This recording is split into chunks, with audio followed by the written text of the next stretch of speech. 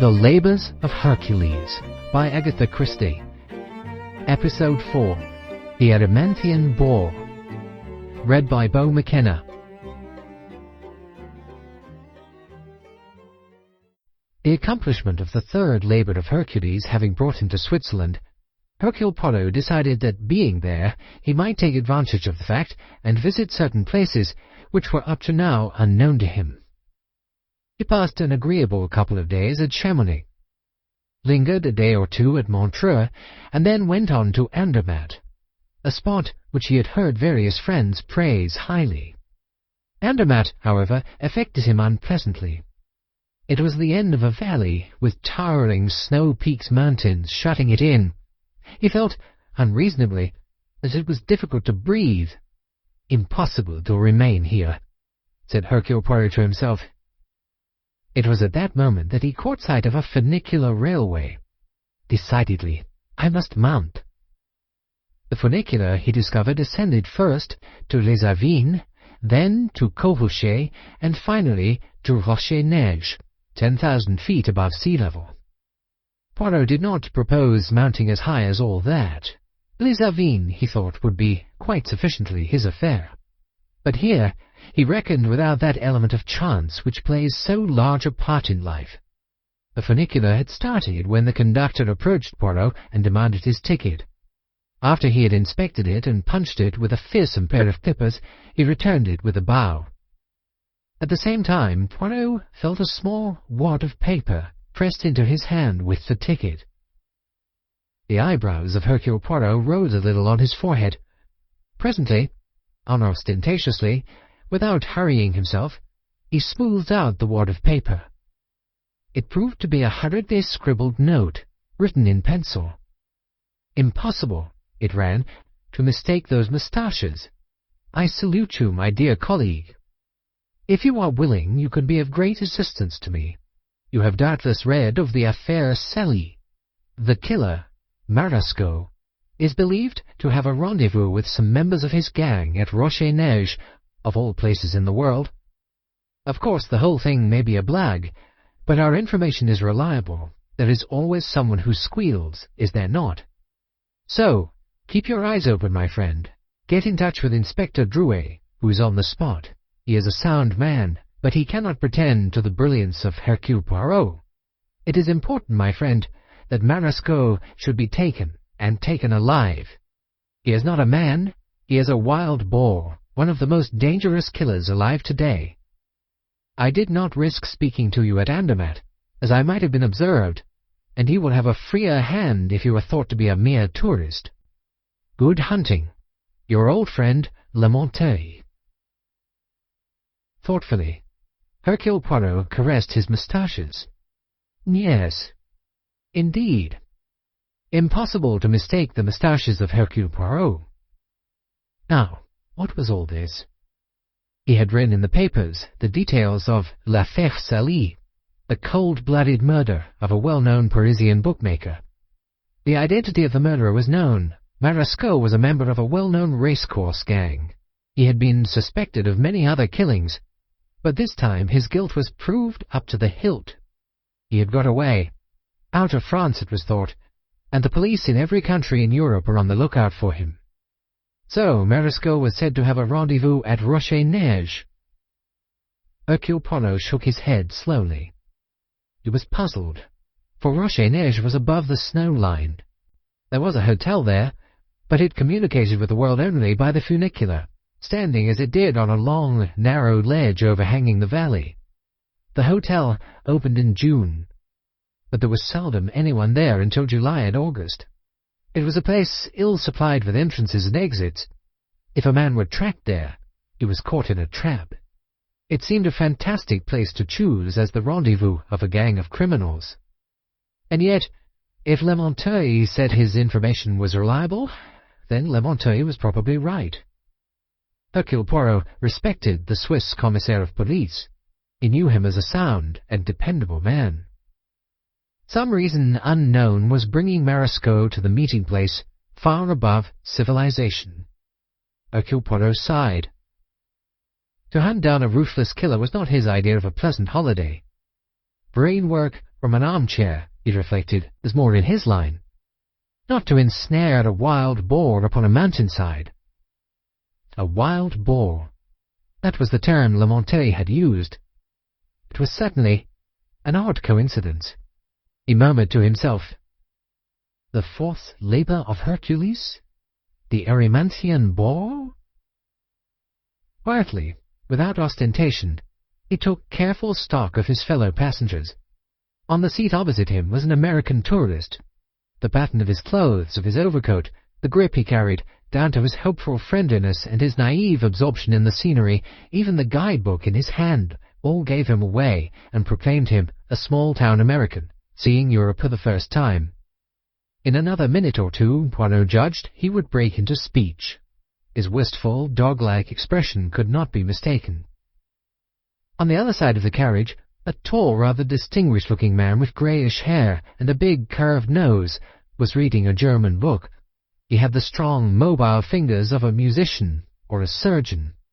Farther away still were three men, all of the same type, men with bowed legs, and an indescribable suggestion of horsiness about them. They were playing cards. Presently, perhaps, they would suggest a stranger cutting in on the game. At first, the stranger would win. Afterwards, the luck would run the other way. Nothing very unusual about the three men. The only thing that was unusual was the place where they were. One might have seen them in any train on the way to a race meeting, or on an unimportant liner. But in an almost empty funicular? No. There was one other occupant of the carriage, a woman. She was tall and dark. It was a beautiful face. A face that might have expressed a whole gamut of emotion, but which, instead, was frozen into a strange inexpressiveness. He looked at no one, staring out at the valley below. Presently, as Poirot had expected, the American began to talk. His name, he said, was Schwartz. It was his first visit to Europe. The scenery, he said, was just grand. He'd been very deeply impressed by the Castle of Chillon. He didn't think much of Paris as a city, overrated. He'd been to the Folies Bergère and the Louvre and Notre Dame, and he'd noticed that none of these restaurants and cafes could play hot jazz properly. The Champs-Élysées, he thought, was pretty good, and he liked the fountains, especially when they were floodlit. Nobody got out at Les Avines or Courfouché. It was clear that everyone in the funicular was going up to Rocher-Neige. Mr. Schwartz explained his own reasons. He had always wished, he said, to be high up among snow mountains.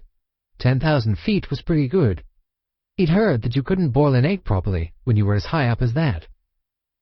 In the innocent friendliness of his heart, Mr. Schwartz endeavoured to draw the tall, grey-haired man on the other side of the carriage into the conversation, but the latter merely stared at him coldly over his pince-nez and returned to the perusal of his book. Mr. Schwartz then offered to change places with the dark lady. She would get a better view, he explained. It was doubtful whether she understood English. Anyway, she merely shook her head and shrank closer into the fur collar of her coat. Mr. Schwartz murmured to Poirot, "Seems kind of wrong to see a woman travelling about alone with no one to see to things for her. A woman needs a lot of looking after when she's travelling." Remembering certain American women he had met on the continent, Hercule Poirot agreed. Mr. Schwartz sighed. He found the world unfriendly. And surely, his brown eyes said expressively, there's no harm in a little friendliness all round. To be received by a hotel manager correctly garbed in frock coat and patent leather shoes seemed somehow ludicrous in this out-of-the-world, or rather, above-the-world spot. The manager was a big, handsome man with an important manner. He was very apologetic. So early in the season, the hot water system was out of order. Things were hardly in running order. Naturally, he would do everything he could. Not a full staff yet. He was quite confused by the unexpected number of visitors. It all came rolling out with professional urbanity, and yet it seemed to Poirot that behind the urbane facade he caught a glimpse of some poignant anxiety. This man, for all his easy manner, was not at ease. He was worried about something. Lunch was served in a long room overlooking the valley far below. The solitary waiter, addressed as Gustave, was skilful and adroit. He darted here and there, advising on the menu, whipping out his wine list. The three horsey men sat at a table together. They laughed and talked in French, their voices rising. "The good old Joseph. What about the little Denise, mon vieux? Do you remember that sacré pig of a horse that let us down at Auteuil?" It was all very hearty, very much in character, and incongruously out of place. The woman with the beautiful face sat alone at a table in the corner. She looked at no one. Afterwards, as Poirot was sitting in the lounge, the manager came to him and was confidential. Monsieur must not judge the hotel too hardly. It was out of the season. No one came here till the end of July. That lady, Monsieur had noticed her perhaps, she came at this time every year. Her husband had been killed climbing 3 years ago. It was very sad. They had been very devoted. She came here always before the season commenced, so as to be quiet. It was a sacred pilgrimage. The elderly gentleman was a famous doctor, Dr. Karl Lutz, from Vienna. He had come here, so he said, for quiet and repose. "It is peaceful, yes," agreed Hercule Poirot. "And c'est monsieur là?" He indicated the three horsey men. "Do they also seek repose, do you think?" The manager shrugged his shoulders. Again there appeared in his eyes that worried look. He said vaguely, "The tourists, they wish always a new experience. The altitude, that alone is a new sensation." It was not, Poirot thought, a very pleasant sensation. He was conscious of his own rapidly beating heart. The lines of a nursery rhyme ran idiotically through his mind. Up above the world so high, like a tea-tray in the sky. Schwartz came into the lounge. His eyes brightened when he saw Poirot. He came over to him at once. "I've been talking to that doctor. He speaks English, after a fashion. He's a Jew, been turned out of Austria by the Nazis. Say, I guess those people are just crazy. This Dr. Lutz was quite a big man, I gather. Nerve specialist, psychoanalysis, that kind of stuff." His eyes went to where the tall woman was looking out of a window, at remorseless mountains. He lowered his voice. "I got her name from the waiter. She's a Madame Grandier. Her husband was killed climbing. That's why she comes here. I sort of feel, don't you, that we ought to do something about her. Try to take her out of herself." Hercule Poirot said, "If I were you, I should not attempt it." But the friendliness of Mr. Schwartz was indefatigable. Poirot saw him make his overtures, saw the remorseless way in which they were rebuffed. The two stood together for a minute, silhouetted against the light. The woman was taller than Schwartz. Her head was thrown back and her expression was cold and forbidding. He did not hear what she said, but Schwartz came back looking crestfallen. "Nothing doing," he said. He added wistfully, "Seems to me that as we're all human beings together, there's no reason we shouldn't be friendly to one another. Don't you agree, Mr. You know, I don't know your name." "My name," said Poirot, "is Poirier." He added, "I am a silk merchant from Lyon." "Well, I'd like to give you my card, Mr. Poirier, and if ever you come to Fountain Springs, you'll be sure of a welcome." Poirot accepted the card, clapped his hand to his own pocket, murmured, "Alas, I have not a card on me at the moment." That night, when he went to bed, Poirot read through Lamenteuil's letter carefully before replacing it, neatly folded, in his wallet. As he got into bed, he said to himself, "It is curious. I wonder if—" Gustave, the waiter, brought Hercule Poirot his breakfast of coffee and rolls. He was apologetic over the coffee. "Monsieur comprehends, does he not, that at this altitude it is impossible to have the coffee really hot. Lamentably, if it boils too soon." Poirot murmured, "Oh, one must accept these vagaries of nature with fortitude. Gustave murmured, "Monsieur the philosopher." He went to the door, but instead of leaving the room, he took one quick look outside, then shut the door again, and returned to the bedside. He said, "Monsieur Hercule Poirot, I am Drouet, Inspector of Police." "Ah," said Poirot, "I had already suspected as much." Drouet lowered his voice. "Monsieur Poirot, something very grave has occurred. There has been an accident to the funicular." "An accident?" Poirot sat up.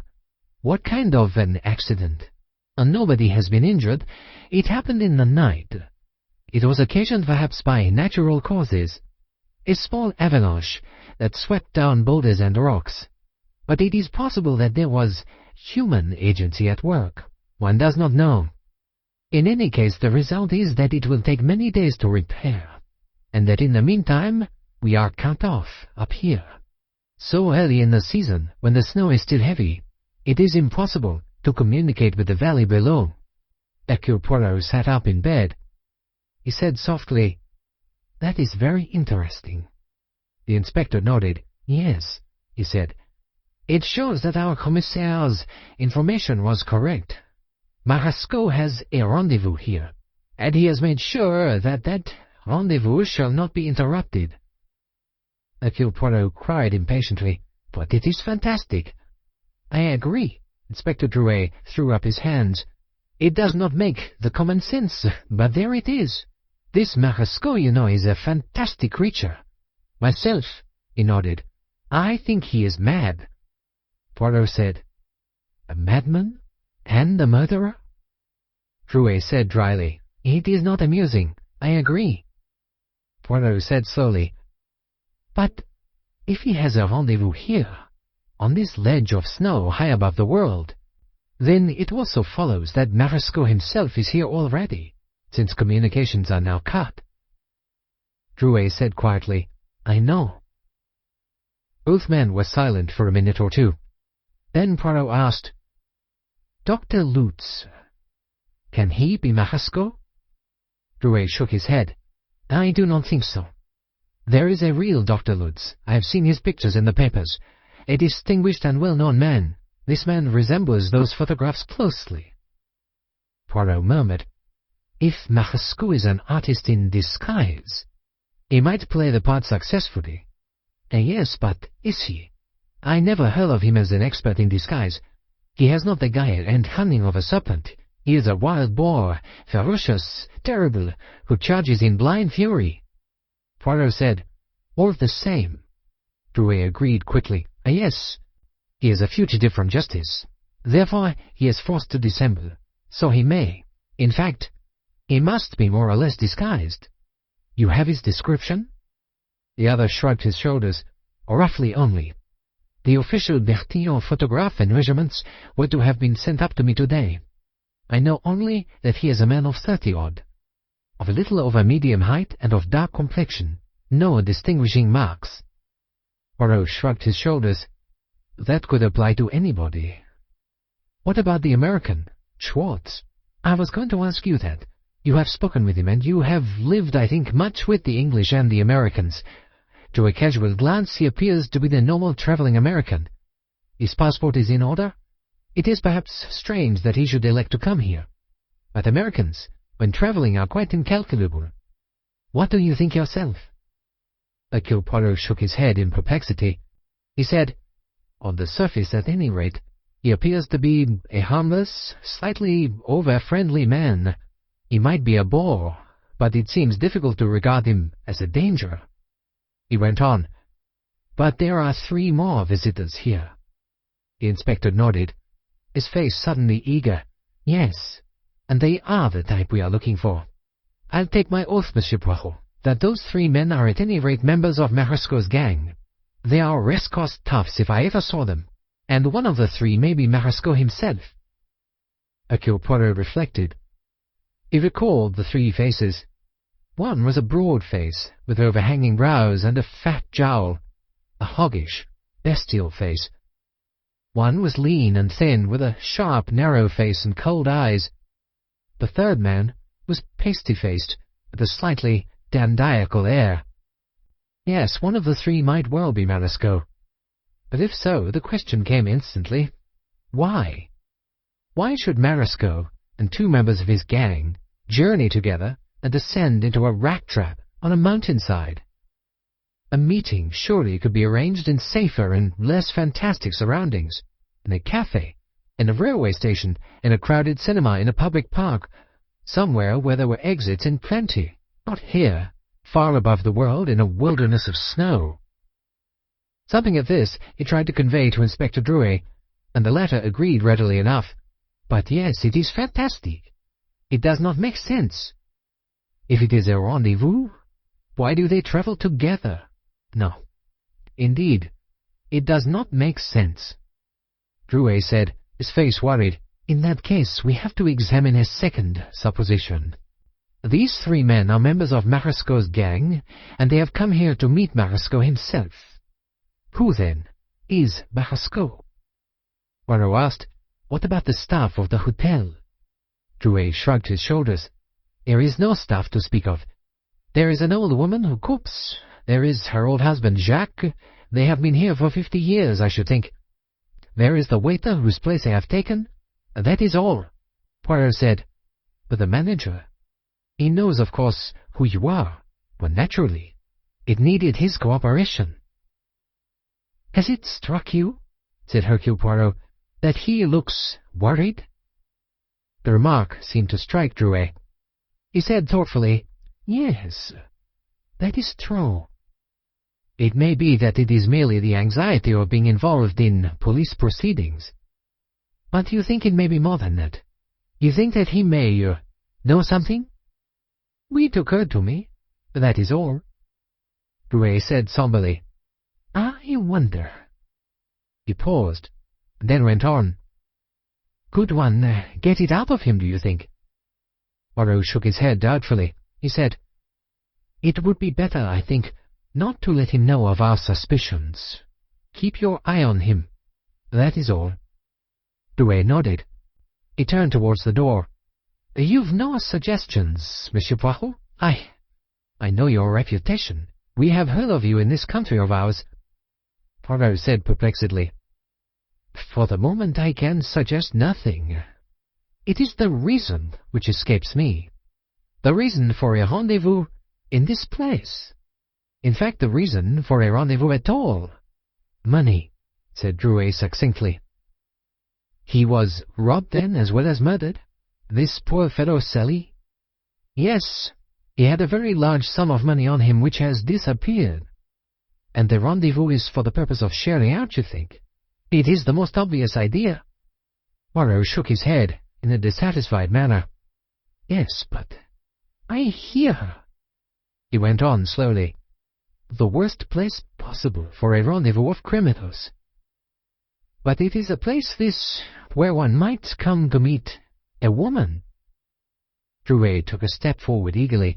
He said excitedly, You think, I think, said Poirot, that Madame Grandier is a very beautiful woman.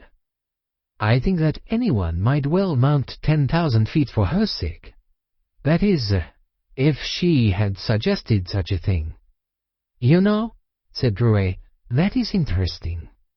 I never thought of her in connection with the case. After all, she's been to this place several years running.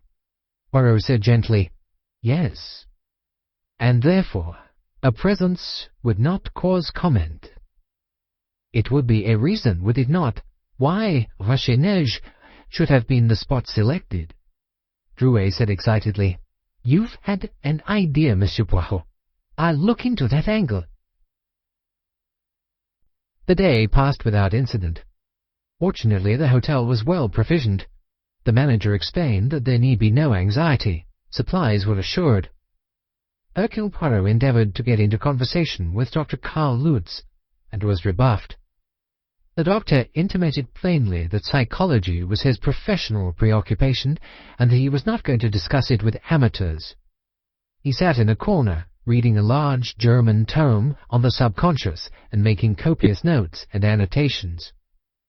Hercule Poirot went outside and wandered aimlessly round the kitchen premises. There he entered into conversation with the old man Jacques, who was surly and suspicious. His wife, the cook, was more forthcoming. Fortunately, she explained to Poirot, there was a large reserve of tinned food, but she herself bought little of food in tins. It was wickedly expensive, and what nourishment could there be in it? The good God had never intended people to live out of tins. The conversation came round to the subject of the hotel staff. Early in July, the chambermaids and the extra waiters arrived, but for the next 3 weeks there would be nobody, or next to nobody. Mostly, people who came up, had lunch, and then went back again. She and Jacques and one waiter could manage that easily. Poirot asked, "There was already a waiter here before Gustave came, was there not?" "But yes, indeed. A poor kind of waiter. No skill, no experience, no class at all." "How long was he here before Gustave replaced him?" "Only a few days. The inside of a week. Naturally, he was dismissed. We were not surprised. It was bound to come." Poirot murmured, "He did not complain unduly?" "Oh, no. He went quietly enough. After all, what could he expect? This is a hotel of good class. One must have proper service here." Poirot nodded. He asked, "Where did he go?" "Or that Robert, you mean?" He shrugged her shoulders. "Doubtless back to the obscure cafe he came from." "He went down in the funicular?" She looked at him curiously. "Naturally, monsieur. What other way is there to go?" Poirot asked, "Did anyone see him go?" They both stared at him. "Ah, do you think it likely that one goes to see off an animal like that one gives him the grand farewell? Ha, ha! One has one's own affairs to occupy one." "Precisely," said Hercule Poirot. He walked slowly away, staring up as he did so at the building above him. A large hotel, with only one wing open at present. In the other wings were many rooms, closed and shuttered, where no one was likely to enter. He came round the corner of the hotel and nearly ran into one of the 3 card-playing men. It was the one with the pasty face and pale eyes. The eyes looked at Poirot without expression. Only the lips curled back a little, showing the teeth like a vicious horse. Poirot passed him and went on. There was a figure ahead of him, the tall, graceful figure of Madame Grandier. He hastened his pace a little and caught her up. He said, "This accident of the funicular, it is distressing. I hope, madame, that it has not inconvenienced you." She said, "It is a matter of indifference to me." Her voice was very deep, a full contralto. She did not look at Poirot. She swerved aside and went into the hotel by a small side door. Hercule Poirot went to bed early. He was awakened some time after midnight. Someone was fumbling with the lock of the door. He sat up, putting on the light. At the same moment the lock yielded to manipulation, and the door swung open. 3 men stood there. The 3 card-playing men. They were, Poirot thought, slightly drunk. Their faces were foolish and yet malevolent. He saw the gleam of a razor-blade. The big, thick-set man advanced. He spoke in a growling voice. "Sacred pig of a detective! Bah!" He burst into a torrent of profanity. The 3 of them advanced purposefully on the defenseless man in the bed. "We'll carve him up, boys. Little horses? We'll slash Monsieur Detective's face open for him. He won't be the first one tonight." They came on, steady, purposeful. The razor blades flashed, and then, startling in its crisp transatlantic tones, a voice said, "Stick 'em up." They swerved round. Schwartz, dressed in a peculiarly vivid set of striped pyjamas, stood in the doorway. In his hand he held an automatic. "Stick 'em up, guys. I'm pretty good at shooting." He pressed the trigger, and a bullet sang past the big man's ear and bedded itself in the woodwork of the window. 3 pairs of hands were raised rapidly.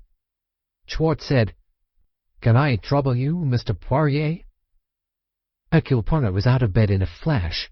He collected the gleaming weapons and passed his hands over the 3 men's bodies to make sure that they were not armed. Schwartz said, "Now then, march. There is a big cupboard just along the corridor. No window in it. Just the thing. He marched them into it and turned the key on them. He swung round to Poirot, his voice breaking with pleasurable emotion. "If that doesn't just show. Do you know, Mr. Poirier, there were folks in Fountain Springs who laughed at me because I said I was going to take a gun abroad with me. 'Where do you think you're going?' they asked. 'Into the jungle?' Well, sir, I'd say the laugh is with me. Did you ever see such an ugly bunch of toughs?"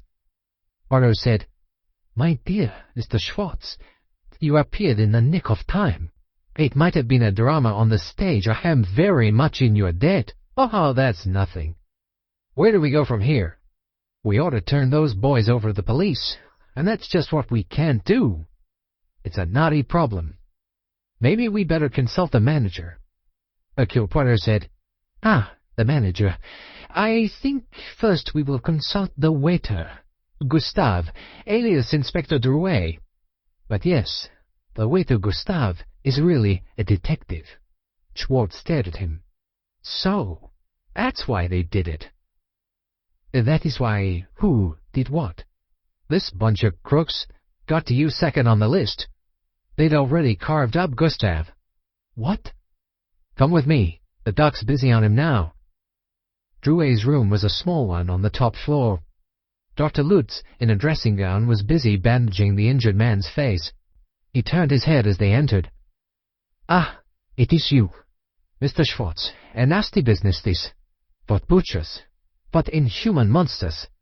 Drouet lay still, moaning faintly. Schwartz asked, "Is he in danger?" "He will not die, if that is what you mean, but he must not speak. There must be no excitement. I have dressed the wounds. There will be no risk of septicemia." The three men left the room together. Schwartz said to Poirot, "Did you say Gustave was a police officer?"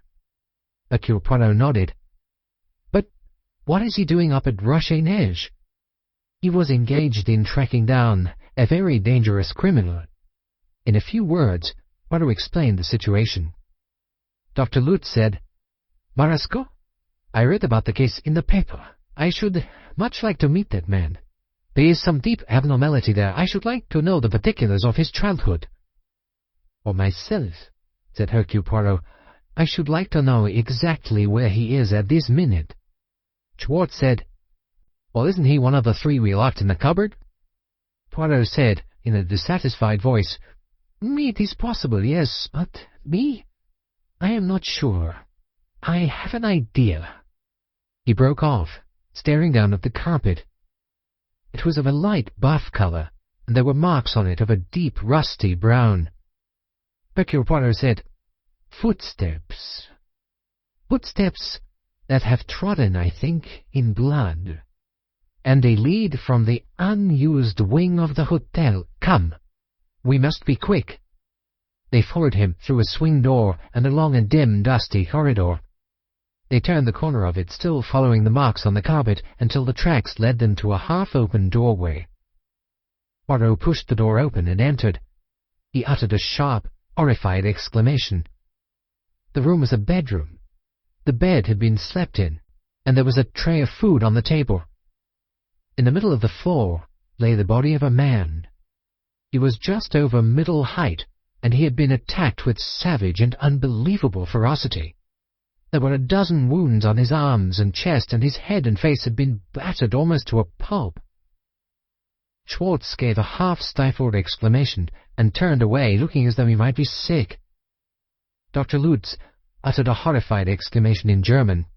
Schwartz said faintly, "Who is this guy? Does anyone know?"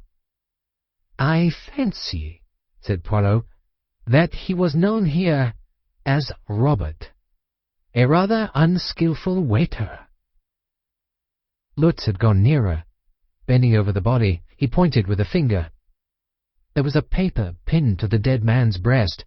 It had some words scrawled on it in ink. "Marasco will kill no more, nor will he rob his friends." Schwartz ejaculated, "Marasco? So this is Marasco? But what brought him up here, to this out-of-the-way spot? And why do you say his name is Robert?" Poirot said, "He was here masquerading as a waiter, and by all accounts he was a very bad waiter, so bad that no one was surprised when he was given the sack. He left, presumably, to return to Andermatt, but nobody saw him go." Lutz said, "So, and what do you think happened?" Poirot replied, "I think we have here the explanation of a certain worried expression on the hotel manager's face. Marasco must have offered him a big bribe to allow him to remain hidden in the unused part of the hotel." He added thoughtfully, "But the manager was not happy about it. Oh no, he was not happy at all. And Marasco continued to live in this unused wing with no one but the manager knowing about it?" "So it seems. It would be quite possible, you know." Dr. Lutz said, "And why was he killed? And who killed him?" Schwartz cried, "Well, that's easy. He was to share out the money with his gang. He didn't. He double-crossed them.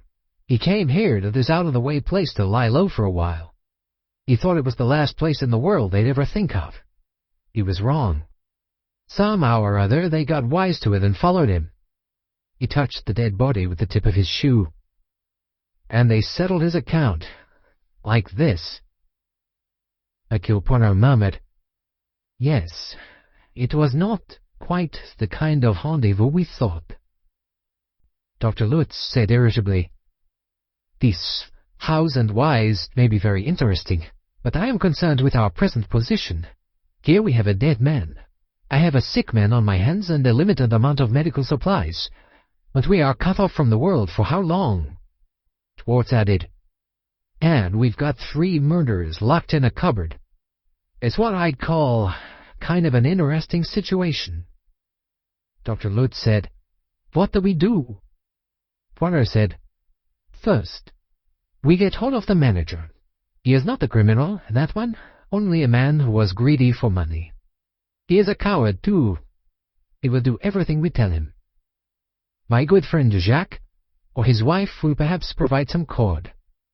Our 3 miscreants must be placed where we can guard them in safety, until the day when help comes. I think that Mr. Schwartz's automatic will be effective in carrying out any plans we may make." Dr. Lutz said, "But what do I do?" "You, Doctor," said Poirot gravely, "will do all you can for your patient. The rest of us will employ ceaseless vigilance, and wait. There is nothing else we can do." It was 3 days later that a little party of men appeared in front of the hotel in the early hours of the morning. It was Hercule Poirot who opened the front door to them with a flourish. "Welcome, mon vieux." Monsieur Lamontaigne, commissaire of police, seized Poirot by both hands. "Ah, my friend, with what emotion I greet you! What stupendous events, what emotions you have passed through, and we below, our anxiety, our fears, knowing nothing, fearing everything. No wireless, no means of communication, to heliograph that was indeed a stroke of genius on your part. No, no." Poirot endeavored to look modest. "After all, when the inventions of man fail, one falls back upon nature. There is always the sun in the sky." The little party filed into the hotel. The Montaigne said, "We are not expected?" His smile was somewhat grim. Poirot smiled also. He said, "But no. It is believed that the funicular is not nearly repaired yet." The Montaigne said with emotion, "Ah, this is a great day. There is no doubt, you think? It is really Marasco?" "It is Marasco, all right. Come with me." They went up the stairs. A door opened, and Schwartz came out in his dressing gown. He stared when he saw the man. "I heard voices," he explained. "Why? What is this?" Hercule Poirot said grandiloquently, "Help has come. Accompany us, monsieur. This is a great moment." He started up the next flight of stairs. Schwartz said, "Are you going up to Drouet? How is he, by the way?" "Dr. Lutz reported him going on well last night." They came to the door of Drouet's room. Poirot flung it open. He announced, Here is your wild boar, gentlemen. Take him alive, and see to it that he does not cheat the guillotine."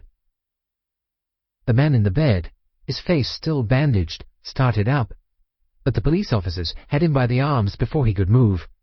Schwartz cried, bewildered, But that's Gustav, the waiter. That's Inspector Drouet. It is Gustav, yes, but it is not Drouet. Drouet was the first waiter. The waiter Robert, who was imprisoned in the unused part of the hotel, and whom Marasco killed the same night as the attack was made on me. Over breakfast, Poirot explained gently to the bewildered American. "You comprehend.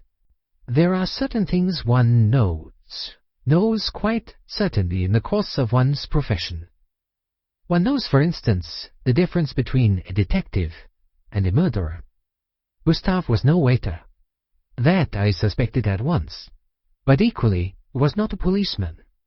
I have dealt with policemen all my life, and I know. He could pass as a detective to an outsider, but not to a man who was a policeman himself. And so at once I was suspicious. That evening I did not drink my coffee. I poured it away, and I was wise. Late that evening a man came into my room, came in with the easy confidence of one who knows that the man whose room he is searching is drugged. He looked through my affairs, and he found the letter in my wallet, where I had left it for him to find. The next morning, Gustave comes into my room with my coffee. He greets me by name and acts his part with complete assurance. But he is anxious, horribly anxious, for somehow or other the police have got on his track.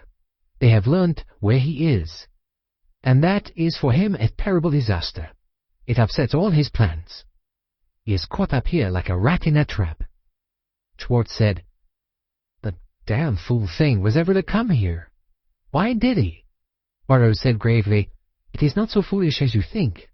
He had need, urgent need, of a retired spot away from the world where he could meet a certain person and where a certain happening could take place." "What person?" "Dr. Lutz." "Dr. Lutz? Is he a crook too?" "Dr. Lutz is really Dr. Lutz, but he is not a nerve specialist, not a psychoanalyst. He is a surgeon, my friend. A surgeon who specializes in facial surgery. That is why he was to meet Marasco here. He is poor now, turned out of his country. He was offered a huge fee to meet a man here and change that man's appearance by means of his surgical skill. He may have guessed that that man was a criminal, but if so, he shut his eyes to the fact. Realize this. They dared not risk a nursing home in some foreign country.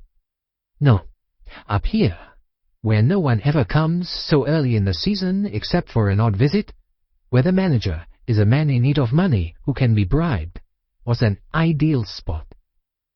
But as I say, matters went wrong. Marasco was betrayed. The three men, his bodyguard, who were to meet him here and look after him, had not yet arrived. But Marasco acts at once. The police officer, who is pretending to be a waiter, is kidnapped, and Marasco takes his place. The gang arrange for the funicular to be wrecked. It is a matter of time. The following evening, Drouet is killed, and a paper is pinned on the dead body. It is hoped that by the time that communications are established with the world, Drouet's body may have been buried as that of Marasco. Dr. Lutz performs his operation without delay. But one man must be silenced. Hercule Poirot. So the gang are sent to attack me. Thanks to you, my friend. Hercule Poirot bowed gracefully to Schwartz, who said, "So you're really Hercule Poirot?" "Precisely. And you were never fooled by that body for a minute. You knew all along it wasn't Marasco." "Certainly." "Oh, why didn't you say so?" Hercule Poirot's face was suddenly stern.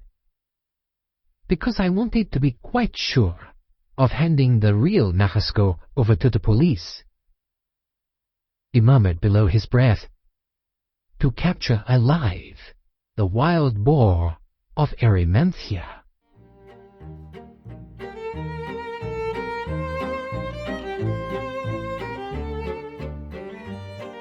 End of The Labours of Hercules by Agatha Christie. Episode 4, The Erymanthian Boar, read by Bo McKenna.